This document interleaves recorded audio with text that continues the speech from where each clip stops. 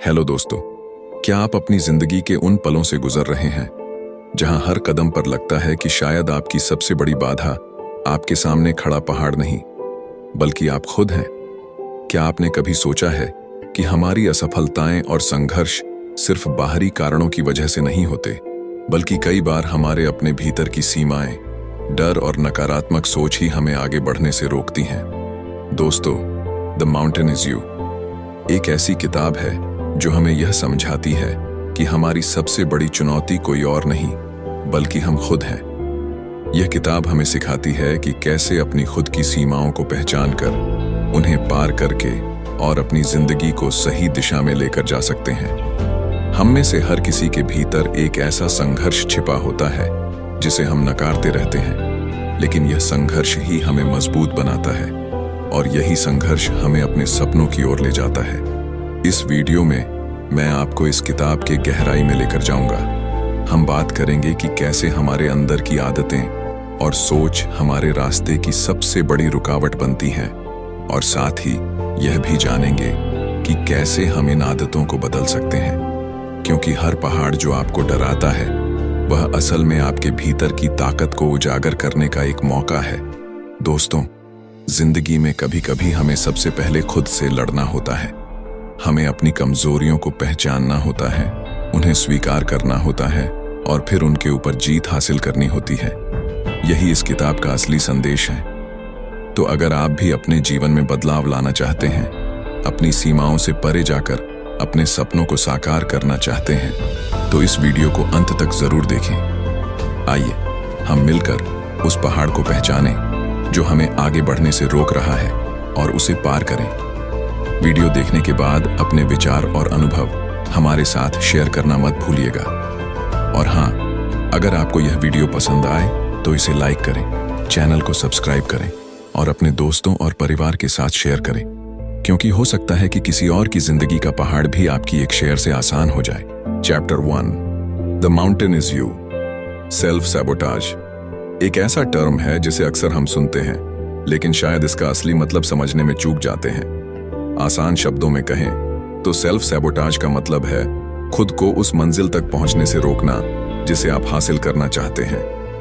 यह आपकी जिंदगी में वो बाधा बन जाता है जिसे आप खुद अनजाने में खड़ा कर लेते हैं। मान लीजिए आप स्कूल में टॉप करना चाहते हैं, आप मेहनत करते हैं, लेकिन एक आवाज आपके अंदर से उठती है और कहती है, अगर तुम्हारा बेस्ट भी काफी नहीं हुआ तो। ये डर आपको अपने पूरे प्रयास करने से रोक देता है। आप जानते हैं कि आप अपना 100% नहीं दे रहे हैं। यही सेल्फ सैबोटाज का एक क्लासिक उदाहरण है। लेकिन सबसे चौंकाने वाली बात यह है कि अक्सर हमें इस सैबोटाज के बारे में पता ही नहीं चलता। हम अनजाने में ही खुद को नुकसान पहुंचा रहे होते हैं। हम बहाने बनाते हैं, अपनी काबिलियत पर शक करते हैं और उन मौकों को गंवा देते हैं जो हमें आगे बढ़ा सकते हैं। सेल्फ सैबोटाज का जड़ डर है। ये डर हमें विश्वास दिलाता है कि हम उन चीजों या लोगों के लायक नहीं हैं जो हमारी जिंदगी में है। मान लीजिए आप किसी प्रमोशन के लिए मेहनत कर रहे हैं, लेकिन अंदर से डरता मन कहता है, क्या मैं इसके काबिल हूं? यही डर आपको कोशिश करने से रोक देता है। रिश्तों में भी यही बात लागू होती है। अगर आप सोचते हैं कि आप एक अच्छे पार्टनर नहीं बन पाएंगे, तो आप किसी रिश्ते में पूरी तरह से इन्वेस्ट ही नहीं करते। इस तरह का डर आपको बार बार खुद को सैबोटाज करने के लिए मजबूर करता है। सेल्फ सैबोटाज का एक और बड़ा कारण है आपकी संगत और आपके बारे में आपकी सोच, जिसे हम सेल्फ कंसेप्ट कहते हैं। आपका सेल्फ कंसेप्ट इस बात पर निर्भर करता है कि आपके माता पिता, दोस्त और समाज ने आपको कैसा महसूस कराया। मान लीजिए आप फाइनेंशियली स्टेबल होना चाहते हैं, लेकिन हर बार आपके पैसे खत्म हो जाते हैं। क्या यह संभव है कि आपकी इस स्थिति का कारण आपकी परवरिश हो सकता है कि आपने बचपन में अपने माता पिता को पैसे लापरवाही से खर्च करते देखा हो, या आपके दोस्तों का एटीट्यूड भी पैसे के प्रति गैर जिम्मेदाराना हो। ये सब आपके अनकॉन्शियस माइंड को शेप करते हैं और आप अनजाने में पैसे के मामले में गलत फैसले लेने लगते हैं। तो सवाल ये उठता है कि इस आदत को बदला कैसे जाए? कैसे हम खुद को उस जाल से बाहर निकालें जो हमने खुद ही बुना है? इनकार करना बंद करें। सबसे पहला कदम है सच्चाई को स्वीकार करना। यह माने कि जो बहाने आप बना रहे हैं वो असल में सेल्फ सैबोटाज हैं। उदाहरण के लिए ये कहना कि मैं कम पैसे इसलिए कमाता हूं क्योंकि मुझे सादगी पसंद है, अक्सर एक बहाना होता है। असलियत यह है कि आप खुद को आगे बढ़ने के लिए पुश ही नहीं कर रहे। याद रखें, खुद को कम आंकना या यह मान लेना कि आप बेहतर के काबिल नहीं हैं, आपकी सबसे बड़ी रुकावट है। अपनी समस्याओं को लिखें। दूसरा कदम है अपनी समस्याओं को स्पष्ट रूप से समझना। एक पेपर लें और उन सारी चीजों को लिखें जो आपको परेशान कर रही हैं। अगर पैसा आपकी समस्या है तो अपनी आर्थिक स्थिति के हर पहलू को लिखें।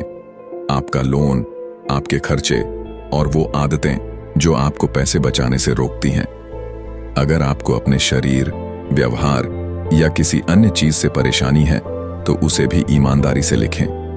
यह प्रक्रिया आसान नहीं है।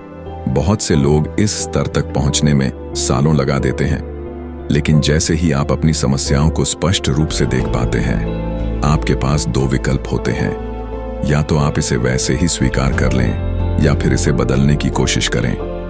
तीसरा कदम, खुद से सवाल करें। जब आप अपनी परेशानियों की सूची बना लें तो खुद से सवाल करें, क्यों आप बार बार खुद को रोकते हैं? किस वजह से आप उन चीजों के करीब नहीं पहुंच पा रहे हैं जिन्हें आप सबसे ज्यादा चाहते हैं? मिसाल के तौर पर, अगर आप अपनी ड्रीम जॉब के लिए प्रयास नहीं कर रहे हैं तो क्या इसका कारण यह है कि आप रिजेक्शन से डरते हैं या आपको लगता है कि आप इसे डिजर्व नहीं करते? चौथा कदम, अपनी सोच को बदलें। अब जब आपको अपने सबोटाज करने के कारणों का अंदाजा हो गया है तो अगला कदम है अपनी सोच बदलना। अगर आप पैसे के मामले में गलत फैसले लेते हैं तो अपने माइंडसेट को बदलें। समझदारी से खर्च करना और बचत करना सीखें। अगर आप रिलेशनशिप्स में गलतियां करते हैं तो ट्रस्ट और कमिटमेंट पर काम करें। द माउंटेन इज यू हमें यही सिखाता है कि हर इंसान की सबसे बड़ी बाधा वो खुद होती है।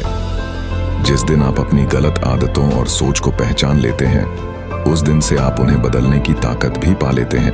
हर इंसान में पोटेंशियल होता है कि वो अपनी जिंदगी को बेहतर बना सके, लेकिन इसके लिए सबसे पहला कदम है अपने डर और डाउट्स का सामना करना। याद रखें, आपकी जिंदगी उस सोच पर निर्भर करती है जो आप खुद के लिए रखते हैं। अपनी सोच को बदलें और अपनी जिंदगी की दिशा को भी। सेल्फ सैबोटाज को पहचानें, उसे हराएं और वो जीवन जिएं जिसे आप वाकई डिजर्व करते हैं। Chapter 2, There's no such thing as self-sabotage। Self sabotage का नाम सुनते ही हमारे दिमाग में कई नेगेटिव बातें आने लगती हैं। लोग इसे अपनी असफलता का कारण मानते हैं और खुद को ही दोषी ठहराने लगते हैं। सोचते हैं कि वो या तो इंटेलिजेंट नहीं है या सुंदर नहीं है या फिर उतने काबिल नहीं है। लेकिन क्या ये सच है? बिल्कुल नहीं। दरअसल सेल्फ सैबोटाज एक ऐसा तरीका है जिससे हमारा अनकॉन्शियस माइंड हमें बचाने की कोशिश करता है। लेकिन ऐसा होता क्यों है?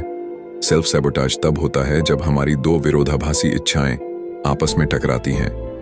एक कॉन्शियस डिजायर यानी हमारी जागरूक चाहत और दूसरी अनकॉन्शियस डिजायर यानी हमारी अवचेतन चाहत। मान लीजिए आपकी कॉन्शियस डिजायर है ऑफिस में टॉप पोजीशन तक पहुंचना। आप इसके लिए मेहनत भी करना चाहते हैं, लेकिन आपकी अनकॉन्शियस डिजायर आपको इसी सुरक्षित परिचित स्थिति में बनाए रखना चाहती है क्योंकि नई स्थिति उसे अनजान और डरावनी लगती है। दूसरा उदाहरण लें, रिश्तों का। आपकी कॉन्शियस डिजायर है कि आपको एक ऐसा पार्टनर मिले जो आपसे प्यार करे और मुश्किल समय में आपका साथ दे, लेकिन आप बार बार ऐसे लोगों को चुनते हैं जो अब्यूसिव या टॉक्सिक होते हैं। आप सोचते हैं कि आपको सही इंसान नहीं मिला, लेकिन असल में आपकी अनकॉन्शियस डिजायर आपको वही मुश्किल डायनामिक्स दोहराने पर मजबूर करती है।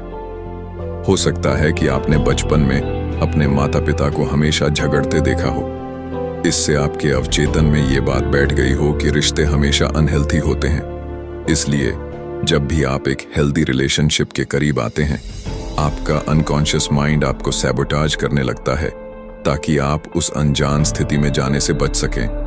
अब सवाल यह है कि कैसे पता चले कि आप सेल्फ सैबोटाज के शिकार हैं। इसके कुछ क्लियर संकेत हैं। पहला, रेजिस्टेंस, विरोध करना। आपके पास कोई नया प्रोजेक्ट है लेकिन आप उसे शुरू करने से बचते हैं। आप एक नए रिश्ते में जाना चाहते हैं लेकिन डेट को टालते रहते हैं। यह रेजिस्टेंस तब होती है जब सब कुछ सही चल रहा हो।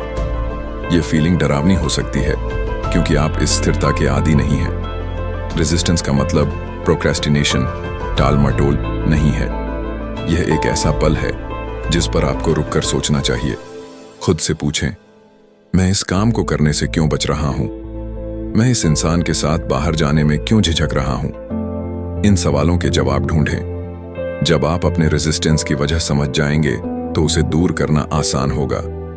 दूसरा, परफेक्शनिज्म, हर चीज को परफेक्ट बनाना। परफेक्शनिज्म भी सेल्फ सैबोटाज का एक रूप है। आप चाहते हैं कि हर चीज परफेक्ट हो, लेकिन इस डर से कि कहीं कुछ गलत ना हो जाए, आप शुरुआत ही नहीं करते। परफेक्शन के बारे में सोचना बंद करें, बस काम शुरू करें, चाहे वो सही हो या नहीं। जैसे अगर आप एक गाना लिख रहे हैं तो यह मत सोचें कि वो हिट होगा या नहीं, बस गाना लिखें। अपने प्रोग्रेस पर फोकस करें, रिजल्ट पर नहीं। तीसरा, जस्टिफिकेशन, औचित्य ठहराना। जस्टिफिकेशन का मतलब है अपनी कम कोशिशों को सही ठहराना। आप सोचते हैं कम से कम मैंने कोशिश तो की, लेकिन यह माइंडसेट आपको कभी आगे बढ़ने नहीं देगा। अपनी कोशिशों के बजाय अपने रिजल्ट को मेजर करें। हर दिन एक प्रोडक्टिव काम करने का लक्ष्य बनाएं। अपने रिजल्ट्स को ट्रैक करें, जैसे कि आपने कितने दिन जिम किया। अगर आपके पास कोई बिजनेस आइडिया है तो सिर्फ उसे सोचने से काम नहीं चलेगा, उसे अमल में लाना होगा। सेल्फ सैबोटाज को समझने और उससे बाहर निकलने के लिए इन स्टेप्स को अपनाएं। पहला, अपने डर का सामना करें। अपने अनकॉन्शियस डिजायर्स को पहचानें। खुद से पूछें कि आप किन कारणों से बदलाव से डर रहे हैं। दूसरा, छोटे कदम उठाएं। बड़ी बड़ी चीजों के बारे में सोचने की बजाय छोटे मैनेजेबल स्टेप्स उठाएं। तीसरा, अपनी सोच बदलें। खुद को यह सिखाएं कि गलतियां करना ठीक है, गलतियों से ही आप सीखते हैं और बेहतर बनते हैं। चौथा, सपोर्ट सिस्टम बनाएं। अपने आसपास ऐसे लोगों को रखें जो आपको मोटिवेट करें और आपकी जर्नी में आपका साथ दें। सेल्फ सैबोटाज एक बेहद सामान्य लेकिन जटिल प्रक्रिया है। यह हमें अपनी सुरक्षा के लिए अनकॉन्शियसली काम करता है, लेकिन अगर इसे समझा और नियंत्रित न किया जाए तो यह हमारी ग्रोथ में बाधा बन सकता है। अपने कॉन्शियस और अनकॉन्शियस डिजायर्स के बीच सामंजस्य बैठाकर आप इस चक्र को तोड़ सकते हैं। याद रखें, सफलता की राह में सबसे बड़ा अवरोध कोई और नहीं बल्कि खुद आप हो सकते हैं। इसलिए अपने भीतर झांकें, अपने डर और डाउट्स को पहचानें और उन्हें दूर करने के लिए कदम उठाएं। यही असली ग्रोथ है। Chapter 3, releasing the past. क्या आपने कभी अपनी किसी बुरी आदत को छोड़ने की कोशिश की है? शायद वो स्मोकिंग हो, जंक फूड का सेवन या जरूरत से ज्यादा शराब पीना। अगर ऐसा है तो आप जानते होंगे कि उन आदतों को छोड़ना कितना मुश्किल होता है जिन्हें आपने सालों से अपनाया हुआ है। यह मुश्किल तब और बढ़ जाती है जब बात हमारे अंदर गहराई तक बसे हुए बिलीफ्स, विश्वासों को बदलने की आती है। अपना लक्ष्य पाने और एक बेहतर इंसान बनने के लिए हमें लेट गो यानी पुरानी बातों को छोड़ना सीखना होगा। यह सिर्फ बाहरी आदतों तक सीमित नहीं है, बल्कि उन नेगेटिव बिलीफ्स को भी छोड़ने की जरूरत है जो हमें आगे बढ़ने से रोकते हैं। आपको यह समझना होगा कि आप हर वो चीज पाने के हकदार हैं जिसकी आपको जरूरत है और जिसे आप चाहते हैं। सेल्फ सैबोटाज यानी अपने आप को रोकने की आदत से छुटकारा पाने का पहला कदम है अपने पास्ट को जाने देना। अपने अतीत को भुलाना आसान नहीं है। हम अपने पुराने बिलीफ्स, विश्वास से चिपके रहते हैं क्योंकि हमें लगता है कि यही सच है। हम यह मान लेते हैं कि हम बस इतने ही काबिल हैं या हमसे कुछ बेहतर नहीं हो सकता, लेकिन ये केवल हमारी सोच है, सच नहीं। क्या आप जानते हैं कि आप जितने एवरेज, सामान्य खुद को मानते हैं उससे कहीं ज्यादा काबिल हैं, और जितना बेवकूफ आप अपने आप को समझते हैं उससे कहीं ज्यादा समझदार। आपको बस अपने अंदर की यह सच्चाई पहचानने की जरूरत है। लेकिन इसका मतलब यह नहीं कि आप अचानक से सब कुछ बदलने की कोशिश करें। खुद को जबरदस्ती बदलाव के लिए मजबूर करना उल्टा असर डाल सकता है। इसकी बजाय धीरे धीरे अपनी सोच को बदलें। अपनी पुरानी सोच को छोड़ने का सबसे अच्छा तरीका है खुद को मेंटली, मानसिक रूप से तैयार करना। अपने नेगेटिव बिलीफ्स को ज्यादा कॉन्फिडेंट, आत्मविश्वासी और सच्चे नजरिए से बदलें। इसके लिए आप अपनी जिंदगी के उन बुरे एक्सपीरियंसेस, अनुभवों के बारे में सोच सकते हैं जो आपको अभी तक परेशान कर रहे हैं। क्या आपने कभी सोचा है कि आप उन पेनफुल एक्सपीरियंसेस को क्यों नहीं भूल पाए हैं? क्योंकि वे अक्सर आपकी किसी अधूरी इच्छा से जुड़े होते हैं। अब समय आ गया है कि आप उन पेनफुल एक्सपीरियंसेस को एक नए और हेल्थी, सकारात्मक नजरिए से देखना सीखें।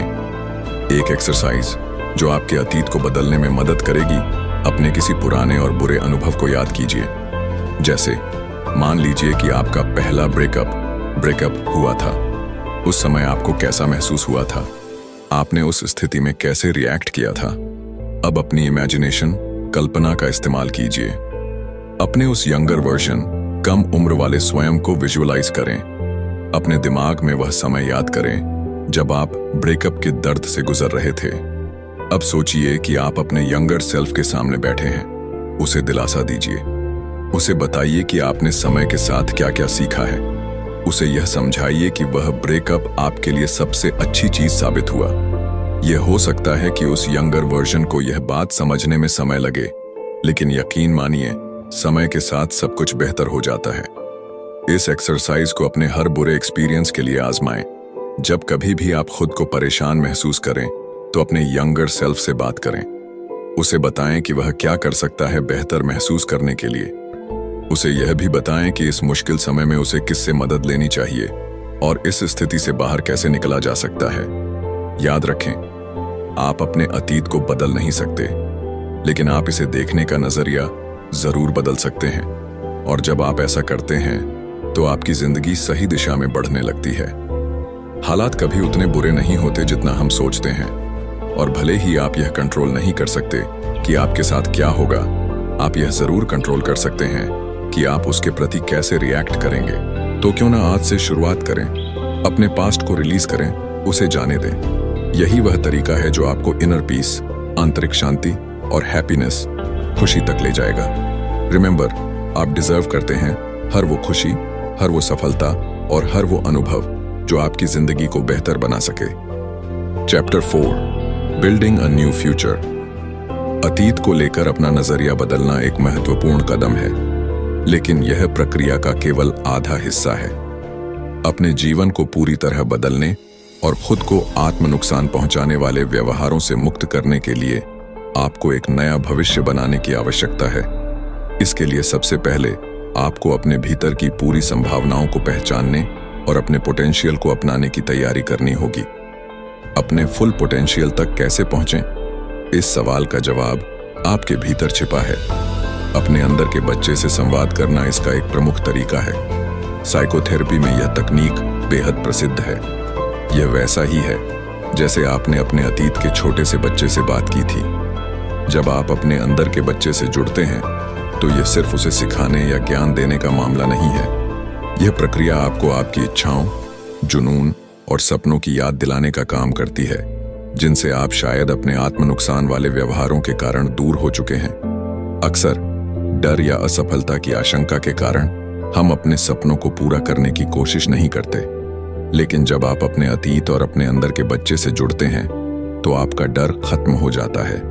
आप अब उन चीजों के लिए तैयार हो जाते हैं जो आप चाहते हैं और जिनके आप हकदार हैं। यही वह स्थिति है जहां आपका मन सही दिशा में काम करना शुरू करता है।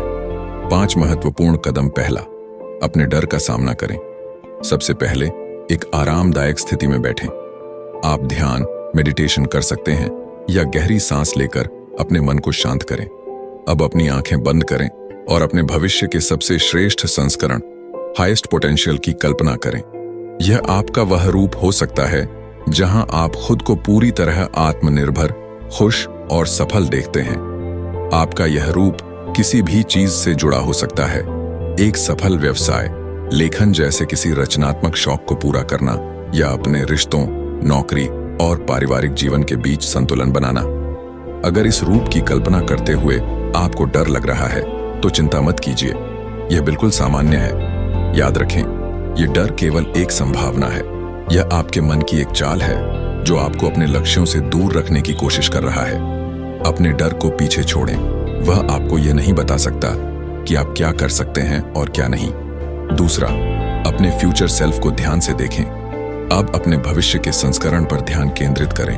वह कैसा दिखता है, उसका व्यवहार कैसा है, उसके चेहरे के भाव कैसे हैं और वह कैसे बात करता है। आप जितना अधिक उसे ध्यान से देखेंगे उतना ही आपको समझ आएगा कि आपको अपने वर्तमान में क्या बदलने की आवश्यकता है। तीसरा, सलाह मांगे। जब आप अपने सबसे उच्च पोटेंशियल की कल्पना करेंगे तो आपको घबराहट हो सकती है। आप महसूस कर सकते हैं कि वहां तक पहुंचना कठिन है, लेकिन घबराने की जरूरत नहीं है। याद रखें, आपके पास नियंत्रण है। अपने भविष्य के रूप से गाइडेंस मांगे। हो सकता है वह आपको यह बताए कि आपके वर्तमान रिश्ते आपके लिए सही नहीं हैं, या शायद आपको अपनी जॉब बदलने की जरूरत है। इस गाइडेंस को सकारात्मक तरीके से अपनाएं। खुद से कहें कि आपको उन चीजों से बाहर निकलना है जो आपकी प्रगति में बाधा डाल रही हैं। चौथा, अतीत में वापस जाएं और संवाद करें। यहां एक और विजुअलाइजेशन तकनीक का उपयोग होगा। इस बार आपको 5 या 7 साल पीछे जाना है। कल्पना करें कि आप अपने छोटे संस्करण से मिल रहे हैं। उसे वही जगह पर बैठा महसूस करें जहां आप पहले बैठते थे। उससे बात करें। उसे बताएं कि आपकी वर्तमान जिंदगी कैसी है। आप उसे अपनी सफलता के बारे में बता सकते हैं, जैसे मैंने अब अपना खुद का व्यवसाय शुरू कर लिया है, या मैंने अपनी आदतों को सुधार कर अपने स्वास्थ्य को बेहतर बना लिया है। आपका यह संवाद प्रेरणा का स्रोत बनेगा। यह आपके पुराने डर और असुरक्षाओं को मिटाने में मदद करेगा। पांचवां, अपने नए जीवन की चाबी को स्वीकार करें। कल्पना कीजिए कि आपके पास अब अपने नए जीवन की चाबी है। इसे स्वीकार करें और अपनी वर्तमान स्थिति में इसे लागू करें। यह चाबी केवल भौतिक चीजों की नहीं है, जैसे आपका घर या काम, बल्कि यह आपके मानसिक और भावनात्मक विकास की कुंजी है। इसे समझें और इसे अपनाएं। सशक्त बनने के लिए केवल अपनी ताकतों पर ध्यान देना काफी नहीं है। आपको अपनी कमजोरियों को भी पहचानना होगा। जो लोग सफल और आत्मनिर्भर होते हैं वे अपनी ताकत और कमजोरियों को समान रूप से समझते हैं। मान लीजिए आप आलोचना, क्रिटिसिज्म को लेकर बहुत संवेदनशील हैं। इसे कमजोरी समझा जा सकता है, लेकिन अगर आप इस पर काम करें और इसे सुधारें तो यह आपको एक बेहतर व्यक्ति बनाएगा। याद रखें, रचनात्मक आलोचना, कंस्ट्रक्टिव क्रिटिसिज्म आपको बेहतर बनने में मदद करती है। आपके हर कार्य का कोई मकसद होना चाहिए।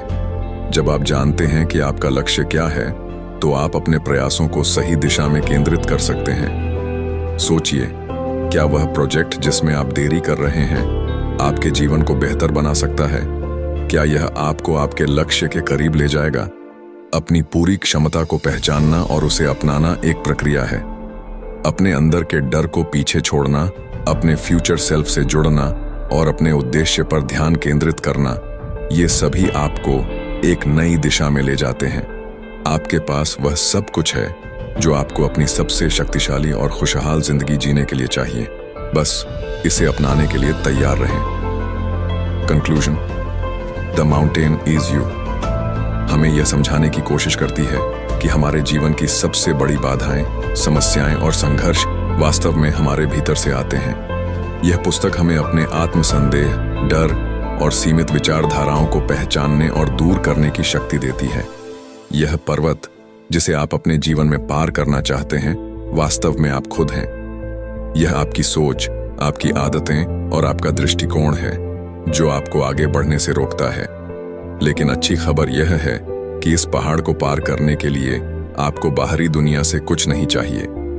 आपको केवल अपने अंदर झांकना होगा और उन चीजों को बदलना होगा जो आपको रोक रही हैं। पुस्तक हमें आत्म जागरूकता की ताकत के बारे में सिखाती है। जब आप अपनी कमजोरियों और ताकतों को पहचानते हैं तो आप यह समझ सकते हैं कि आप किन तरीकों से खुद को रोक रहे हैं। आत्म जागरूकता का मतलब केवल अपनी गलतियों को देखना नहीं है, बल्कि यह समझना है कि आप इन गलतियों से सीखकर कैसे आगे बढ़ सकते हैं। इसी के साथ आत्म स्वीकृति भी महत्वपूर्ण है।